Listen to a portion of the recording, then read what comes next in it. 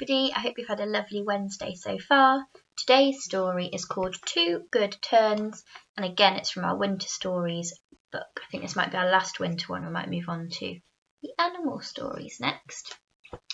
Two Good Turns. Neddy was the little donkey belonging to Mr. Johns. Sam was the little boy who lived at the greengrocer's shop and helped his father to weigh the potatoes and set out the cabbages and apples into neat rows. Neddy passed by the shop each day. Sam was always ready for him with a bit of carrot or half an apple. "You spoil that donkey of Mr. John's," grumbled his father. "He's a lazy, stubborn little thing. Sometimes he stands still in the middle of the street and won't budge an inch." "Mr. Johns isn't kind to him," said Sam. "He shouts at him and beats him. If I were a donkey, I'd stand still in the middle of the road sometimes if my master was unkind to me." "Oh, would you?" said his father. "Well, you'd get beaten even harder if I were your master. Donkeys like that don't deserve kind words and pats. Now you go and get on with your work. Fold it up in those sacks and stack them neatly in the corner." Neddy came up the hill by the shop the next day, and Sam flew out to give him an apple. But Mr. Johns wouldn't let the donkey stop for it. He's been stubborn again," he shouted angrily. "Back into a gate and broke off a bit off the back of the car. Now he's not to have any treats. Come on there, you bad fellow." Sam was sad. Neddy was sad too, because he did like an apple, and more than that, he liked the loving words Sam spoke to him, and the feel of Sam's hands on his neck. Ah, if only he had a master like that boy, he'd never be stubborn again. The winter came, the weather grew colder and colder. Snow came and it froze. More snow came and that froze too, till the roads were as slippery as ice. Cars could no longer go up the hill by Sam's shop, but the little grey donkey still came, sliding and slipping, pulling the heavy cart up the hill. "It's a shame," thought Sam, watching. "Poor little thing, it's terribly hard not to slip just here, where the hill is so steep. Neddy will break his leg one day." The next day the donkey stopped outside the shop. Mr. Johns lashed him with the whip. "Go on with you, what's the matter? You're the laziest animal there ever was." Neddy started off again, but his feet slipped all the time. Sam watched him, terrified he would fall and break a leg. Mr. Johns whipped him again. Sam darted into the shop. He went to where there was a pile of sacks in the corner. He rushed out with them. He went to the donkey and flung a sack under his feet. Then he put another in front of him, and then a third one higher up.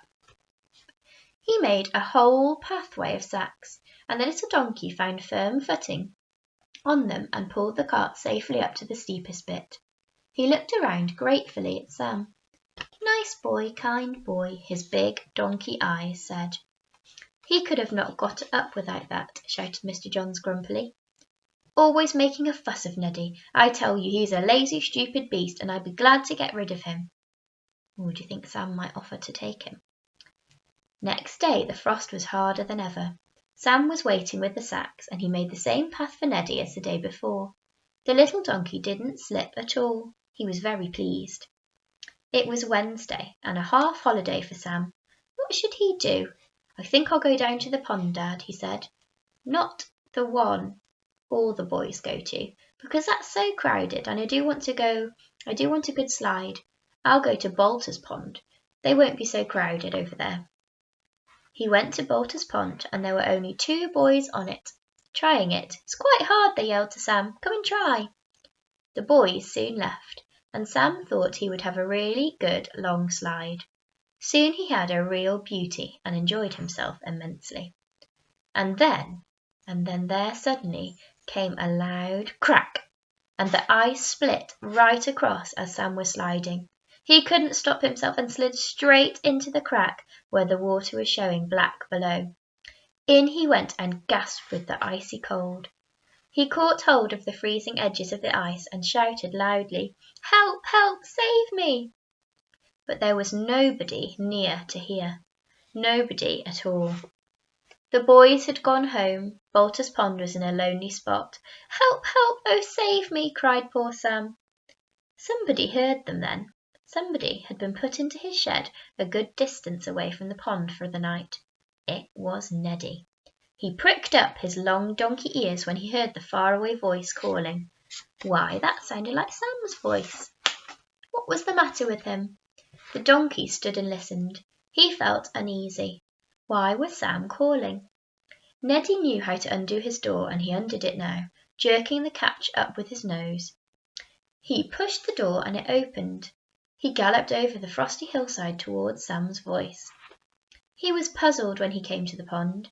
Sam's voice came from the middle of it, but he could only see Sam's head and shoulders. Why didn't the boy come to see him as usual? "Neddy, oh Neddy," cried Sam in a weak voice, "I can't hold on much longer, save me." But Neddy didn't dare tread on the ice. He gave a frightened little bray and galloped away to the greengrocer's shop he knew so well. Where was Sam's father? He must come, he must come. Sam's father was amazed to see Neddy walk right into his shop, and even more astonished when the donkey firmly caught hold of his sleeve and pulled him towards the door. "Look, dear," he cried to his wife, "this donkey's mad, he's trying to take me somewhere." "Then go, go," cried his wife, suddenly feeling that something must be wrong. "Go where he takes you." And Sam's father went with Neddy down the hill, across the field to Bolter's Pond, and when he got there he heard Sam's faint voice. "Help, help me." "Goodness me, it's Sam, he's gone through the ice," cried his father, and ran for a ladder. He brought one back quickly, laid it flat on the ice and pushed it towards Sam. The boy caught hold of the last rung and dragged himself feebly out of the icy cold water. His father pulled the ladder to the bank and carried the boy home, the donkey following closely. Sam caught a terrible cold and was in bed for 2 weeks, and every day when Mr. Johns passed, he let the donkey look in at the bedroom window to see how Sam was getting on. Ah, Neddy was a hero now. He had his little picture in all the papers. Brave donkey saves his little friend. And do you know what Sam's father is going to do? It's a secret, so don't tell Sam yet. If you should happen to know him, his father is going to buy Neddy and give him to Sam for his birthday. Won't Sam be pleased? 2 such friends ought to be together, said Sam's father, and I think he's right. Don't you? Wow, what a story. I mean, that's quite a dramatic story, isn't it, today? It's a bit different to the ones we have been reading, but I think it's the same as the other ones in that it shows how being kind to somebody and helping somebody means that maybe one day when you need a bit of help, they might help you. And that's really important at the moment. I know we're not in school, and I know that we feel maybe quite far away from school, even though we might not be. But carrying on, following our school values and making sure that we're working together as a community, we're persevering with our home learning, and we're respecting those around us, that's really, really important to make sure that we're happy and that we're making other people happy. So think about this story and how maybe you could help somebody, and in return, one day when you need it, they might help you. Bye, everybody.